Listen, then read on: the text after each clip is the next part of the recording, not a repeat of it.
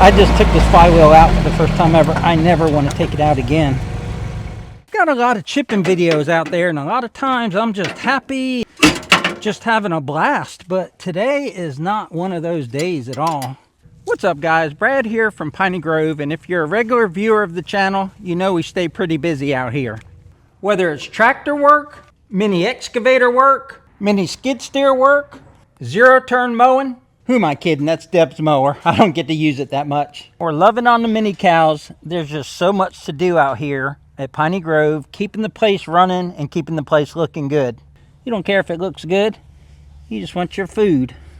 Show the people your cute nose. Doesn't she have the cutest nose? We got the WoodMaxx wood chipper hooked to the Summit tractor, and we're gonna chip directly into the Ballast mini dumper.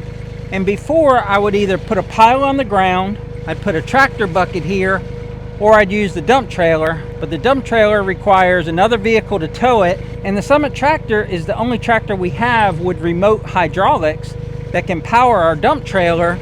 So if the wood chipper is on the back of the Summit, then I can't use the hydraulics in the dump trailer.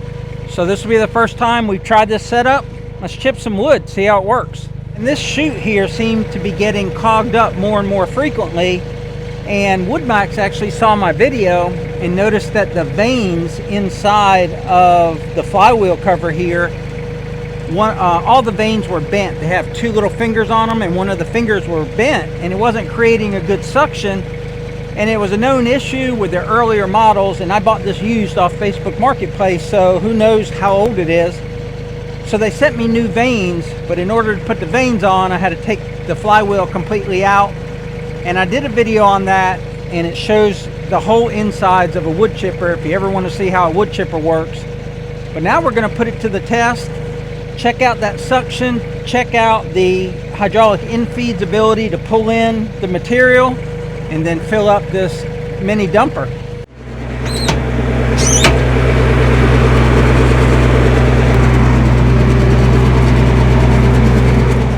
Well, there's never a dull moment. So apparently I sheared this shear bolt, which is good because that's why they have shear bolts.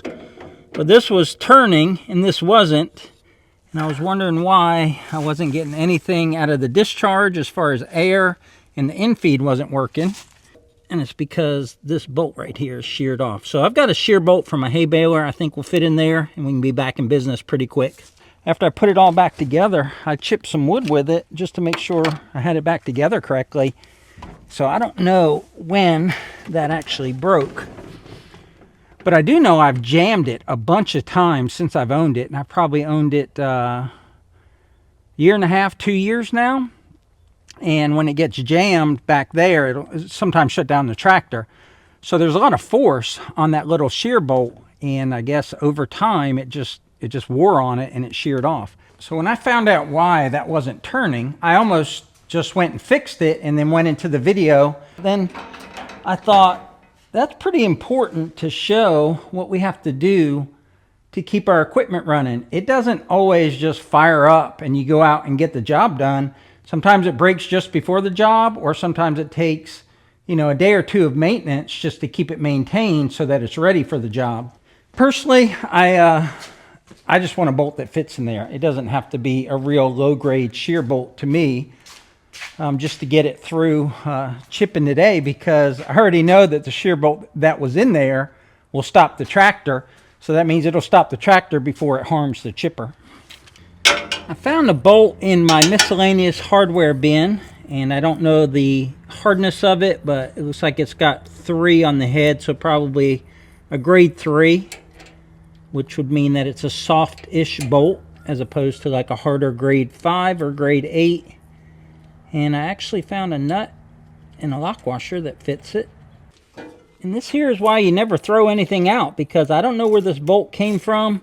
Probably was an extra from a piece of equipment I bought, or maybe I salvaged it from something before I threw it out.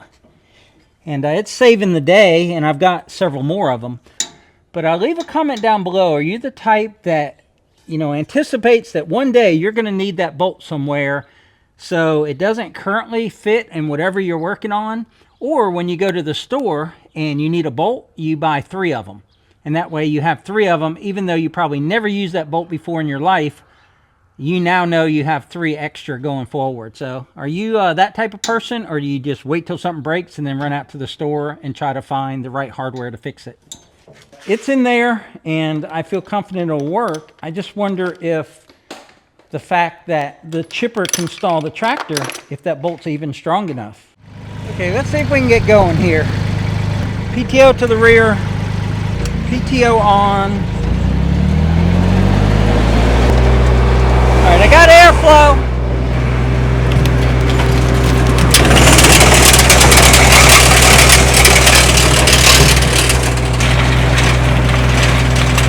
Parts of it are rotten.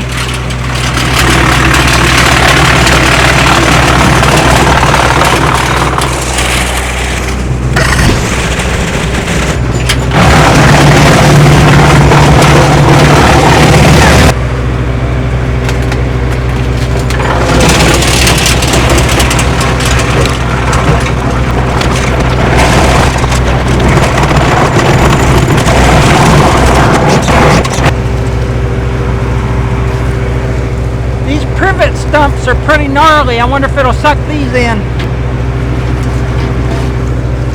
Find a way to get them going.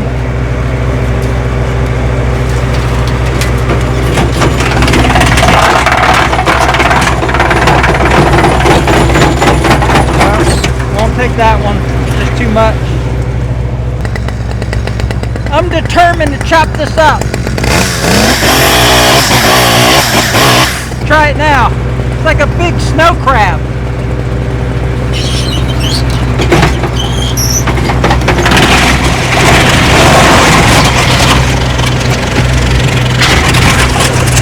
She gone.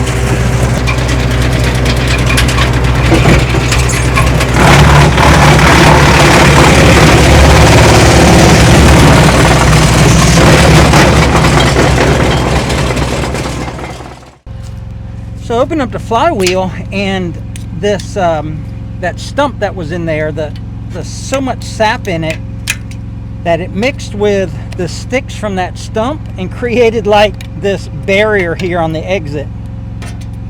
And I didn't catch it soon enough. If you catch it soon enough, if you notice that it's not throwing chips out, you can just clear the chute. But I didn't catch it soon enough, and when I threw that sappy stump in there, it just made things so much worse. I mean, that sap is so sticky, and these new veins right here were just kind of mixing it like a KitchenAid, and any place it could get compacted, it did. But we'll get it cleaned up.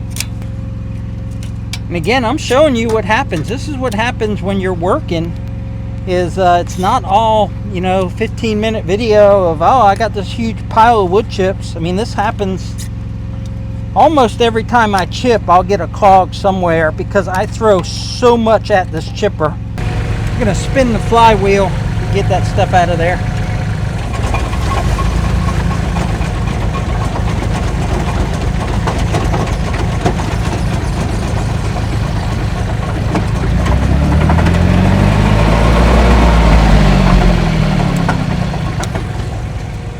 I just took this flywheel out for the first time ever. I never want to take it out again.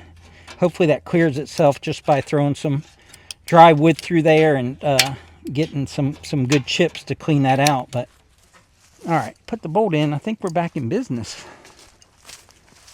This has probably been the most work I've had to do ever to chip. A lot of times I'll go 4, 5, 6 hours straight of chipping, and I won't have any of these issues.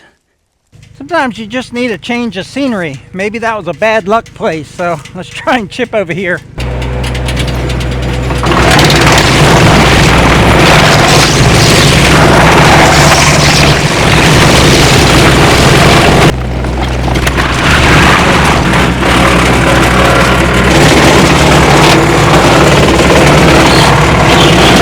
This has got a lot of sap in it too. Doesn't want to chip good when it's got all that sap in it.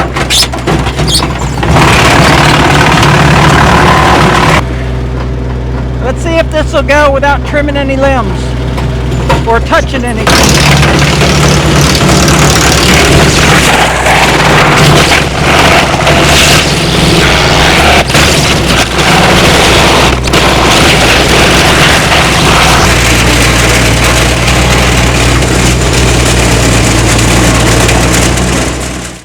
So normally I'm in a good mood when I'm chipping, but I am just fighting today. I got another piece of sappy wood that won't feed through the feeder. I've got this opened up in here, and you can see the blades right there. You have your outer blade, then there's an inner blade if that flywheel were to spin, and it just can't get a good bite on this hard sappy wood.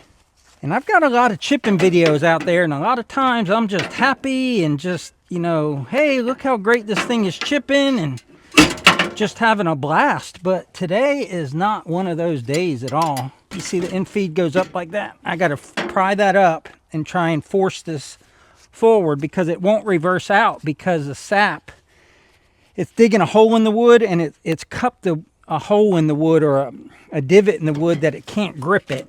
So, but I had to walk to the shop, get this big old pry bar.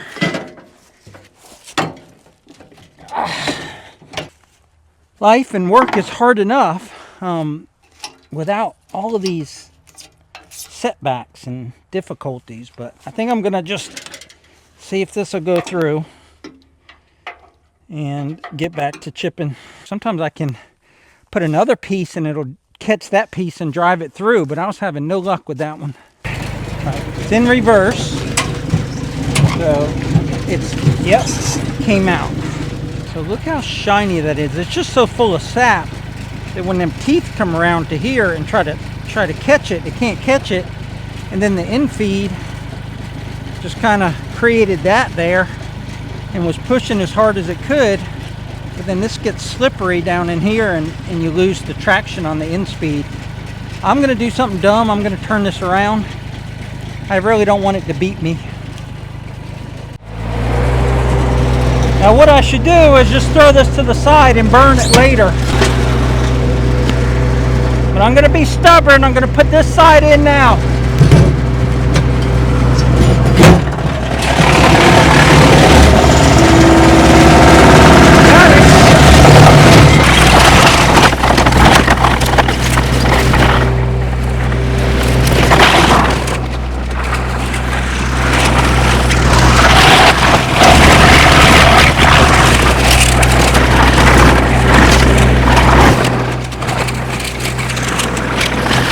Some kudzu vines. I hate these things. Chip them up.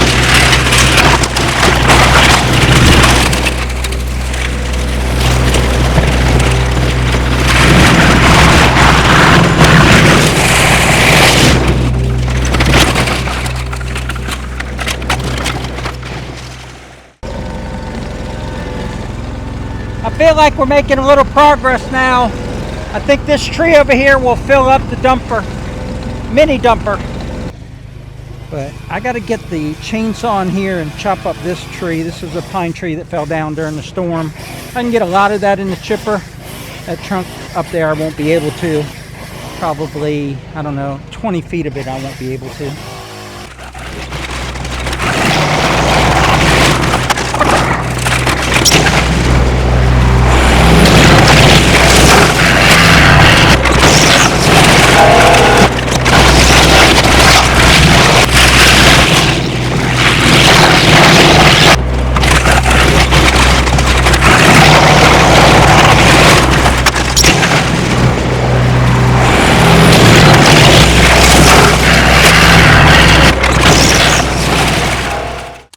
Alright guys, it was a fight there for a while, but I got this dumper full, and you can see these chips are a lot drier and a lot more, I guess, decayed, or the wood started to break down. So once I got out of the sappy stuff that was over there, and it's still, you can see it leaned against the tree right there.